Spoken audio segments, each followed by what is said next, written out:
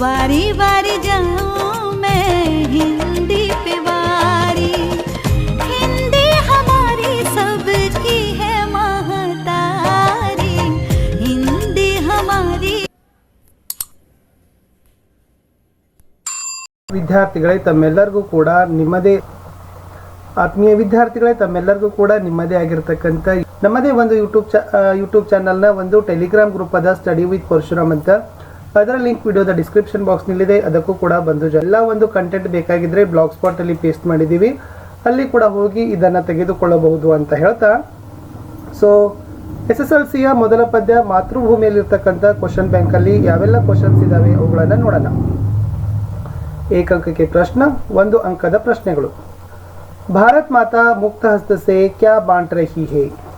ಇದನ್ನು ಏಪ್ರಿಲ್ 2015ರಲ್ಲಿ ಕೇಳಿರ್ತಕ್ಕಂಥ ಪ್ರಶ್ನೆ ಇತ್ತು. ಅಂದರೆ ಭಾರತ ಮಾತೆ ಮುಕ್ತ ಹಸ್ತ ಅಂತಂದ್ರೆ ಸ್ವತಂತ್ರವಾಗಿರ್ತಕ್ಕಂಥ ತನ್ನ ಕೈಗಳಿಂದ ಏನನ್ನ ಹಂಚ್ತಿದ್ದಾಳೆ ಅಂತ. ಸೊ ಭಾರತ್ ಮಾತಾ ಮುಕ್ತ ಹಸ್ತ ಸೇ ಸುಖ ಸಂಪತ್ತಿ ಧನಧಾಮಕೋ ಬಾಂಟ್ ರಹಿ ಹೇ. ಸೊ ಭಾರತ ಮಾತೆ ಸ್ವತಂತ್ರ ಹಸ್ತಗಳಿಂದ ಏನು ಮಾಡಲಿಕ್ಕತ್ತಾಳಪ್ಪ ಅಂದರೆ ಸುಖ ಸಂಪತ್ತಿ, ಧನ್ ಅಂತಂದರೆ ಐಶ್ವರ್ಯ, ಸಂಪತ್ತು ಅನ್ಬೋದಲ್ಲ, ಧಾಮ್ ಅಂದರೆ ಮನಿ. ಓಕೆ, ಸೊ ಸಕಲ ಐಶ್ವರ್ಯಗಳನ್ನು ಏನು ಮಾಡ್ತಿದ್ದಾಳೆ, ಎಲ್ಲರಿಗೂ ಕೂಡ ಹಂಚ್ತಾ ಇದ್ದಾಳೆ ಅಂತಕ್ಕಂಥದ್ದು ಪ್ರಶ್ನೆ ಉತ್ತರ ಇತ್ತು. ಸೊ ನೆಕ್ಸ್ಟ್ ಕ್ವಶನ್ ಇತ್ತು, ಕವಿ ಭಾರತ್ ಮಾತಾ ಸೇ ಕ್ಯಾ ನಿವೇದನ್ ಕರ್ ರಹೆ ಹೈ? ನಿವೇದನ್ ಶಬ್ದದ ಅರ್ಥ ಏನಪ್ಪ ಅಂದರೆ ಪ್ರಾರ್ಥನೆ, ವಿನಂತಿ. ಕವಿ ಭಾರತ ಮಾತೆಗೆ ಏನೆಂದು ಪ್ರಾರ್ಥಿಸ್ತಾ ಇದ್ದಾರೆ ಅಂತ ಕ್ವಶನ್ ಇದೆ. ಇದನ್ನು ಜೂನ್ 2016, ಜೂನ್ 2020 ಮತ್ತು ಸೆಪ್ಟೆಂಬರ್ 2020ರಲ್ಲಿ 1 ಅಂಕಕ್ಕೆ ಕೇಳಿರ್ತಕ್ಕಂಥ ಪ್ರಶ್ನೆ ಇತ್ತು.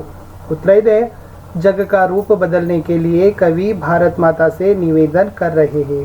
ಈ ಜಗತ್ತಿನ ರೂಪವನ್ನ ಸ್ವರೂಪವನ್ನ ಬದಲಾವಣೆ ಮಾಡುವ ಸಲುವಾಗಿ ಕವಿ ಭಾರತ ಮಾತೆಯಲ್ಲಿ ಪ್ರಾರ್ಥನೆಯನ್ನ ಮಾಡ್ತಾ ಇದ್ದಾರೆ ಅನ್ನೋದು ಉತ್ತರ ಇತ್ತು. ಪ್ರಶ್ನೆ 3, ಭಾರತ್ ಭೂಮಿ ಕೆ ಅಂದರ್ ಕ್ಯಾ ಕ್ಯಾ ಭರಾ ಹುವಾ ಹೇ? ಸೊ ಈ ಕ್ವಶನ್ ಅನ್ನ ಜೂನ್ 2017ರಲ್ಲಿ ಕೇಳಿದ್ದಾರೆ. ಭಾರತ ಭೂಮಿಯ ಒಳಗಡೆ ಏನನ್ನು ತುಂಬಿಕೊಂಡಿದ್ದಾವೆ ಅಂತ ಕೇಳಿದ್ದಾರೆ. उत्तर इತ್ತು ವಿದ್ಯಾರ್ಥಿಗಳೇ, ಭಾರತ ಭೂಮಿ ಕೆ ಅಂದರ್ ಖನಿಜೋं का ವ್ಯಾಪಕ ಸಂಪತ್ತಿ ಭರಾ ಹುವಾ ಹೈ. ಭಾರತ ಭೂಮಿಯ ಒಳಗಡೆ ಖನಿಜಗಳ ಅಪಾರವಾಗಿರ್ತಕ್ಕಂಥ ಹೇರಳವಾಗಿರ್ತಕ್ಕಂಥ ಸಂಪತ್ತು ತುಂಬಿಕೊಂಡಿದೆ ಅನ್ನೋದನ್ನು ಉತ್ತರ ಇತ್ತು. 4ನೇ ಪ್ರಶ್ನೆ ಇತ್ತು, ಕವಿ ಕೆ ಅನುಸಾರ ಜೈ ಹಿಂದ್ ಕಾ ನಾದ್ ಕಹಾ ಕಹಾ ಗೂಂಜನಾ ಚಾಹಿಯೇ? ಕವಿಯ ಪ್ರಕಾರ ಜೈ ಹಿಂದದ ಶಬ್ದ ಎಲ್ಲೆಲ್ಲಿ ಮೊಳಗಬೇಕು, ಪ್ರತಿಧ್ವನಿತವಾಗಬೇಕು ಅಂತ ಕೇಳಿದ್ದಾರೆ. ಈ ಪ್ರಶ್ನೆ ಜೂನ್ 2018ರ ಪೂರಕ ಪರೀಕ್ಷೆಯಲ್ಲಿ 1 ಅಂಕಕ್ಕೆ ಕೇಳಿದ್ರು. ಉತ್ತರ ಏನು ಬರಿಬೇಕಿತ್ತು ಅಂತಂದ್ರೆ, ಕವಿ ಕೆ ಅನುಸಾರ ಜೈ ಹಿಂದ್ ಕಾ ನಾದ್ ಸಕಲ ನಗರ और ಗ್ರಾಮ ಮೇ ಗೂಂಜನಾ ಚಾಹಿಯೇ. ಕವಿಯ ಅನುಸಾರವಾಗಿ ಜೈ ಹಿಂದದ ನಾದವು, ಜೈ ಹಿಂದದ ಶಬ್ದವು ಸಂಪೂರ್ಣವಾಗಿರ್ತಕ್ಕಂಥ ಊರುಗಳಲ್ಲಿ, ಪಟ್ಟಣಗಳಲ್ಲಿ ಏನಾಗಬೇಕಾಗಿತ್ತಪ್ಪ ಅಂದ್ರೆ ಪ್ರತಿಧ್ವನಿತ ಆಗಬೇಕು ಅಂತಕ್ಕಂಥದ್ದು ಪ್ರಶ್ನೆಯ ಉತ್ತರ ಇತ್ತು. ಮುಂದಿನ ಪ್ರಶ್ನೆ ಇತ್ತು, ಪ್ರಶ್ನೆ ಸಂಖ್ಯೆ 5, ಭಾರತ್ ಕೆ ಖೇತ್ ಕೈಸೆ ಹೇ ಅಂತಕ್ಕಂಥದ್ದು ಪ್ರಶ್ನೆ ಏಪ್ರಿಲ್ 2019 ಮತ್ತು ಮಾರ್ಚ್ 2022ರಲ್ಲಿ 1 ಅಂಕಕ್ಕೆ ಕೇಳಿದ್ರು. ತುಂಬಾ ಇಂಪಾರ್ಟೆಂಟ್ ಕ್ವಶನ್ ಇದೆ. ಭಾರತ್ ಕೆ ಖೇತ್ ಕೈಸೆ ಹೈ? ಸೊ ಉತ್ತರ ತಮಗೆ ಗೊತ್ತೇ ಇದೆ, ಭಾರತ್ ಕೆ ಖೇತ್ ಹರೇ ಬರಿ ಔರ್ ಸುಹಾನಿ ಹೈ. ಅಂದರೆ ಭಾರತದಲ್ಲಿರ್ತಕ್ಕಂಥ ಹೊಲಗದ್ದೆಗಳು ಹಚ್ಚ ಹಸಿರಾಗಿವೆ ಮತ್ತು ಸುಂದರವಾಗಿವೆ ಅಂತಕ್ಕಂಥದ್ದು ಏನಾಗಿತ್ತಪ್ಪ ಅಂದರೆ ಪ್ರಶ್ನೆಯ ಉತ್ತರ ಇತ್ತು. ಇನ್ನು 2 या 3 ಅಂಕಕ್ಕೆ ಪ್ರಶ್ನೆ ಇದೆ. ಇದೇ ಒಂದು ಕವಿತೆಯಿಂದ 2 3 ಅಂಕಕ್ಕೆ ಪ್ರಶ್ನೆಗಳನ್ನು ಕೆಲವೊಂದಷ್ಟು ಕೇಳಿದ್ದಾರೆ. ಅವುಗಳು ಯಾವಿದ್ದಾವೆ ಅನ್ನೋದನ್ನು ನೋಡುವ. ಸೊ ಮೊದಲನೇದು ಏನು ಕೇಳಿದಾರಪ್ಪ ಅಂತಂದರೆ, ಕವಿ ಭಾರತ್ ಮಾತಾ ಕೋ ಅಮರೋಂ ಕಿ ಜನನಿ ಕ್ಯೂ ಕಹತೆ ಹೈ? ಕವಿ ಭಾರತ ಮಾತೆಗೆ ಅಮರ ವೀರರ ತಾಯಿ ಅಂತ ಏಕೆ ಕರೀತಾರೆ ಅಂತಕ್ಕಂಥದ್ದು ಪ್ರಶ್ನೆ ಇತ್ತು.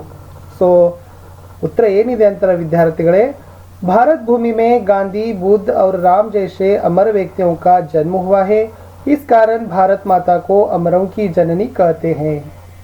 ಭಾರತ ಭೂಮಿಯ ಒಳಗಡೆ ಭಾರತ ಭೂಮಿಯ ಭಾರತ ತಾಯಿಯ ಮಡಿಲಲ್ಲಿ ಗಾಂಧಿ, ಬುದ್ಧ ಮತ್ತು ರಾಮ ಅಂತಕ್ಕ ಮಹಾನ್ ವ್ಯಕ್ತಿಗಳು ಏನು ಮಾಡಿದಾರಪ್ಪ ಅಂದ್ರೆ ಜನ್ಮ ತಾಳಿದ್ದಾರೆ. ಆ ಕಾರಣಕ್ಕಾಗಿ ಕವಿ ಭಾರತ ಮಾತೆಯನ್ನ ಅಮರೋಂ ಕಿ ಜನನಿ, ಅಮರರ ತಾಯಿ ಅಂತ ಏನು ಮಾಡಿದ್ದಾರೆ, ಕರೆದಿದ್ದಾರೆ. ಇಲ್ಲಿ ಇನ್ನೊಂದು ಪ್ರಶ್ನೆ ಇತ್ತು, कवि भगवती चरण वर्मा ने मातृभूमि का स्वरूप किस कविता में उभारा है ಅಂತ ಇದೆ. किस प्रकार उभारा है ಅಂತಕ್ಕಂಥದ್ದು ಕೂಡ ಆಗಬೇಕಾಗಿತ್ತು. ಅಷ್ಟೇ ಅಲ್ಲದೆ भारत माता के स्वरूप पर प्रकाश डालिए, कविता में भारत माता का स्वरूप कैसे वर्णित है? ಸೊ ಈ ಕ್ವಶನ್ಸ್ಗಳನ್ನು ತುಂಬಾ ಸಾರಿ ಕೇಳಿದ್ದಾರೆ. ತಾವು ನೋಡ್ತಾ ಇರ್ಬೋದು, ಏಪ್ರಿಲ್ 2015, ಜೂನ್ 2019, ಏಪ್ರಿಲ್ 2019. ಸ್ವರೂಪ ಮಾತೃಭೂಮಿಕ ಸ್ವರೂಪ ಅಂತಂದರೆ ಸೊ ಇದೇ ಉತ್ತರಗಳನ್ನು ತಾವೇನು ಮಾಡಬೇಕಾಗಿತ್ತು, ಬರಿಬೇಕಾಗಿತ್ತು. 2 ಅಥವಾ 3 ಅಂಕಕ್ಕೆ ಪ್ರಶ್ನೆ ಕೇಳ್ತಾರೆ. ಖಂಡಿತವಾಗಿ ಈ ಪ್ರಶ್ನೆಯನ್ನು ನಾವು ಏಪ್ರಿಲ್ 2023ರಲ್ಲಿ ನಡೀತಕ್ಕಂಥ ಪ್ರಶ್ನೆಗೆ ನಾವು ಎಕ್ಸ್ಪೆಕ್ಟ್ ಮಾಡ್ಬೋದು. ಈ ಪ್ರಶ್ನೆ ಖಂಡಿತವಾಗಿ ಬರ್ತದಂತ ಶೂರ್ ಆಗಿ ಹೇಳ್ಬೋದು. उत्तर बरीतಕ್ಕಂಥದ್ದಿತ್ತು मातृभूमि के एक हाथ में न्याय पताका लिए हुए हैं, दूसरे हाथ में ज्ञानदीप से सुशोभित है, भारत माता अमरों की जननी है, भारत माता के हृदय में ಗಾಂಧಿ ಬುದ್ಧ और ರಾಮ್ ಶಾಯಿತ್ हुए हैं ಅಂತಕ್ಕಂಥದ್ದು ಈ 4 ಪಾಯಿಂಟ್ಗಳನ್ನು ಬರೆದ್ರೆ ಸೊ ಖಂಡಿತವಾಗಿ ಈ ಪ್ರಶ್ನೆಗೆ ಇರ್ತಕ್ಕಂಥ 2 ಅಂಕ ಇರ್ಬೋದು ಅಥವಾ 3 ಅಂಕ ಇರ್ಬೋದು. ಖಂಡಿತವಾಗಿ ನಿಮ್ಗೆ ಏನು ಮಾಡ್ತಾರೆ, ಕೊಡ್ತಾರೆ ಅಂತಕ್ಕಂಥದ್ದನ್ನು ಹೇಳ್ಬೋದು.